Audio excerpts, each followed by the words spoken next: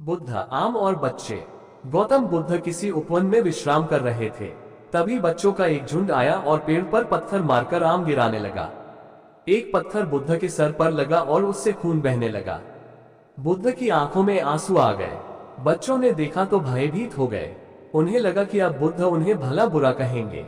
बच्चों ने उनके चरण पकड़ लिए और उनसे क्षमा याचना करने लगे। उनमें से एक बच्चे ने कहा, हमसे बड़ी भूल हो गई है। मेरी वजह से आपको पत्थर लगा और आपके आंसू आ गए। इस पर बुद्ध ने कहा, बच्चों, मैं इसलिए दुखी हूँ कि तुमने आम के पेड़ पर पत्थर मारा तो पेड़ ने बदले में तुम्हें मीठे फल दिए, लेकिन मुझे मारने पर मैं तुम्हें सिर्फ भय दे सका, परिश्रम के साथ धैर्य भी। एक बार भगवान बुद्ध अपने अनुयायियों के साथ किसी गांव में उपदेश देने जा रहे थे। उस गांव से पूर्वी मार्ग में उन लोगों को जगह जगह बहुत सारे गड्ढे खुदे हुए मिले।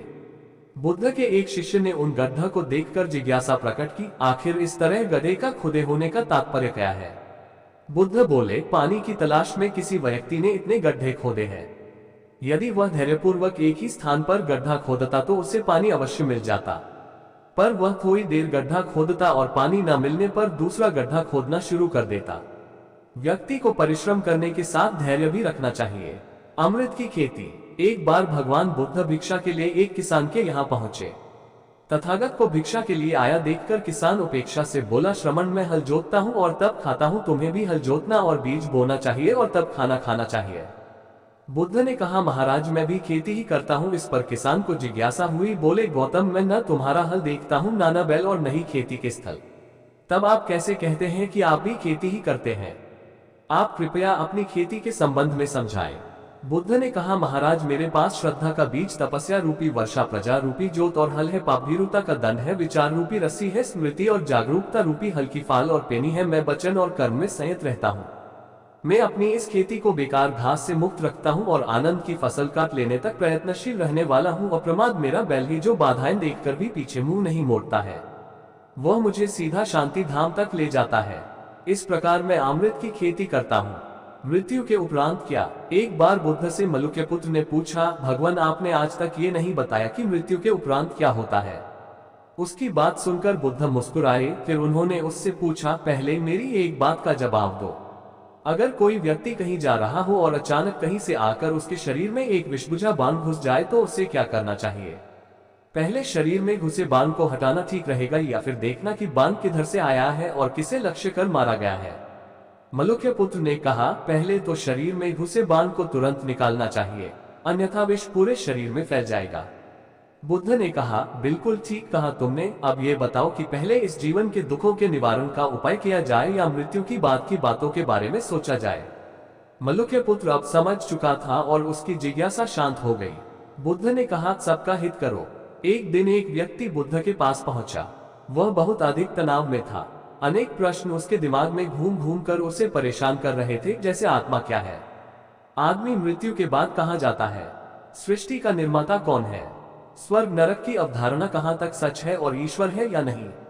उसे इन प्रश्नों के उत्तर नहीं मिल रहे थे। जब वह बुद्ध के पास पहुंचा तो उसने देखा कि बुद्ध को कई लोग घेर कर बैठे हैं। बुद्ध उन सभी के प्रश्नों व जिज्ञासाओं का समाधान अत्यंत सहज भाव से कर रहे हैं। काफी देर तक ये क्रम चलता रहा, किंतु बुद्ध धैर्यपूर्वक हर एक को संतुष्ट करते रहे। बेचारा व्यक्ति वहां का हाल देखकर परेशान हो गया। उसने सोचा कि इन्हें दुनियादारी के मामलों में पड़ने से क्या लाभ, अपना भगवत भजन करें और बुनियादी समस्याओं से ग्रस्त इन लोगों को भगाएं।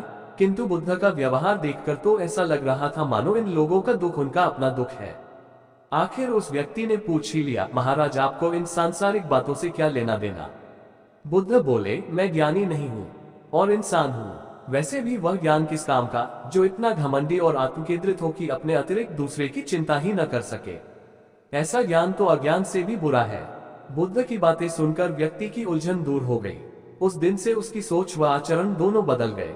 कथा का सार यह है कि ज्ञान तभी सार्थक होता है जब वह लोक कल्याण में संलग्न हो। भरतलाल शर्मा। बुद्ध ने युवक को सत्संग का महत्व समझाया।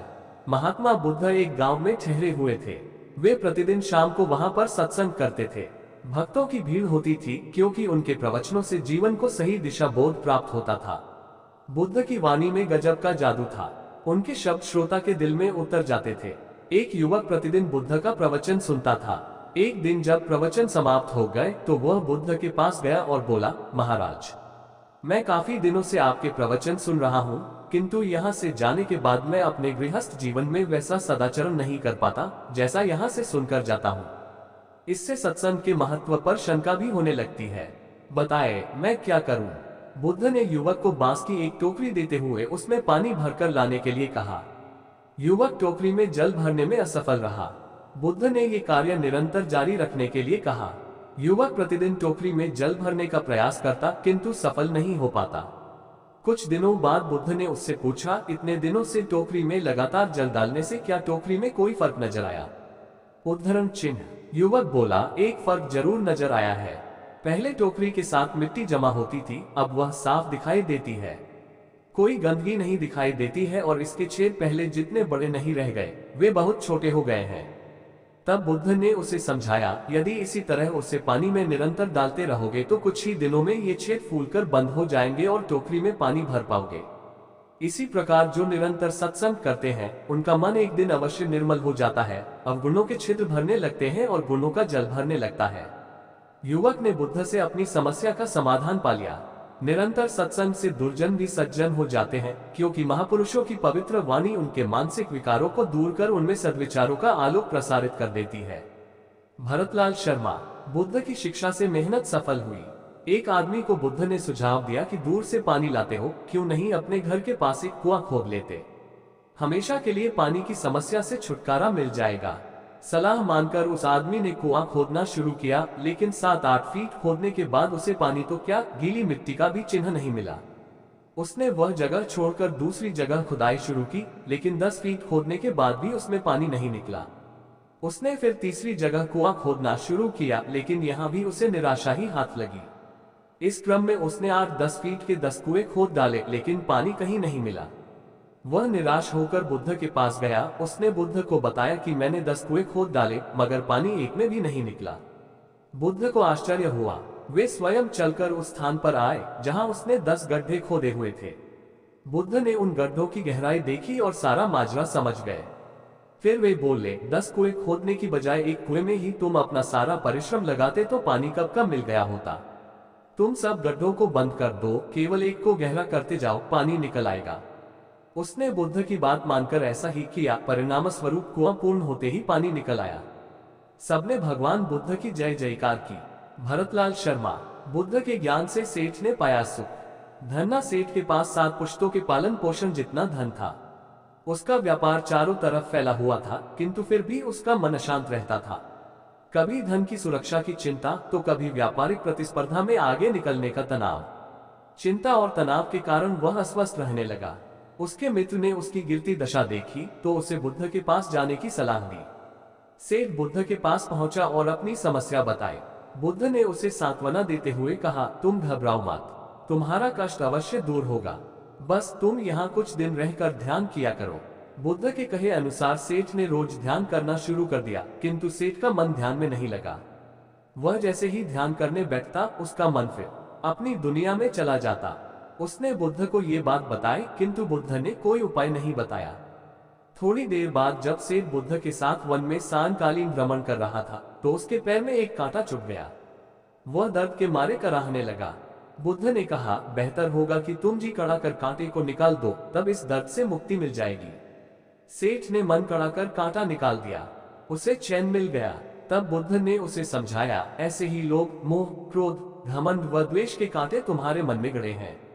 जब तक अपने मन की संकल्प शक्ति से उन्हें नहीं निकालोगे, अशांत ही रहोगे। सेठ का अज्ञान बुद्ध के इन शब्दों से दूर हो गया और उसने निर्मल हृदय की राह पकड़ ली। अपनी कुप्रवृत्तियों से मुक्ति के लिए संकल्पबद्धता अनिवार्य है। जब तक व्यक्ति दृढ़ निश्चय न कर ले, वह अपनी गलत आदतों से मुक्त नहीं हो सकता। भरतलाल शर्मा। बुद्ध की शिक्षा से गांव का उद्धार हुआ। एक युवक ने बुद्ध से आकर कहा, मेरा गांव अशिक्षित है। मैं अपने परिवार से झगड़ कर थोड़ा बहुत पढ़ पाया हूँ। आगे और पढ़ना चाहता हूँ, किंतु सभी रोक रहे हैं। घर के लोग सोचते हैं कि खेती में खूब पैसा है और उसके लिए किसी शिक्षा की आवश्यकता नहीं है। यही सोच गांव वालों की भी है। कृपया आप मेरे गांव चलकर वहां शिक्षा का प्रसार करवाइए। बुद्ध युवक की बात मानकर गांव आ गए। धर्म भीरू ग्रामीणों ने बुद्ध का सत्कार किया और रोज उनके प्रवचन सुनने आने लगे। बुद्ध जब भी शिक्षा का महत्व बताते, ग्रामीण विरोधी मत रखते। एक दिन एक महिला अपने 5 साल के बच्चे के लिए पूछने लगी कि उसे किस उम्र से शिक्षा दिलवाए। तब बुद्ध ने समझाया कि तुम्हें तो 5 वर्ष पूर्व उसकी शिक्षा शुरू कर देनी थी। उसे क्या खाना है, क्या नहीं, कैसे वह क्या बोलना है आदि बातें शुरू से सिखाओगी, तभी तो वह अपना उचित ख्याल रख सकेगा। बुद्ध की यह बात महिला सहित सभी ग्रामीणों को समझ में आ गई। उन्होंने अपने बच्चों को विद्यालय भेजना शुरू किया। ये समय वर्षा का था। युवक ने लोगों को जल संग्रहण की तकनीक बताई। अधिकांश ने उपहास किया, किंतु युवक अपना काम करता रहा। बुद्ध का सहयोग प्राप्त था, इसलिए किसी ने उसका खुलकर विरोध नहीं किया। जब गर्मी में भीषण जल संकट के कारण फसलें सूखने लगी, तो युवक ने कुएं खुदवाए, जिनमें जल संग्रहण की तकनीक के कारण खूब पानी निकला। ग्रामीण अब शिक्षा का महत्व समझ चुके थे। धीरे धीरे संपूर्ण गांव शिक्षित हो गया। ज्ञान हर उम्र में अर्जित किया जा सकता है। यही ज्ञान हमें जीवन में आने वाली समस्याओं के समाधान की राह सुझाता है।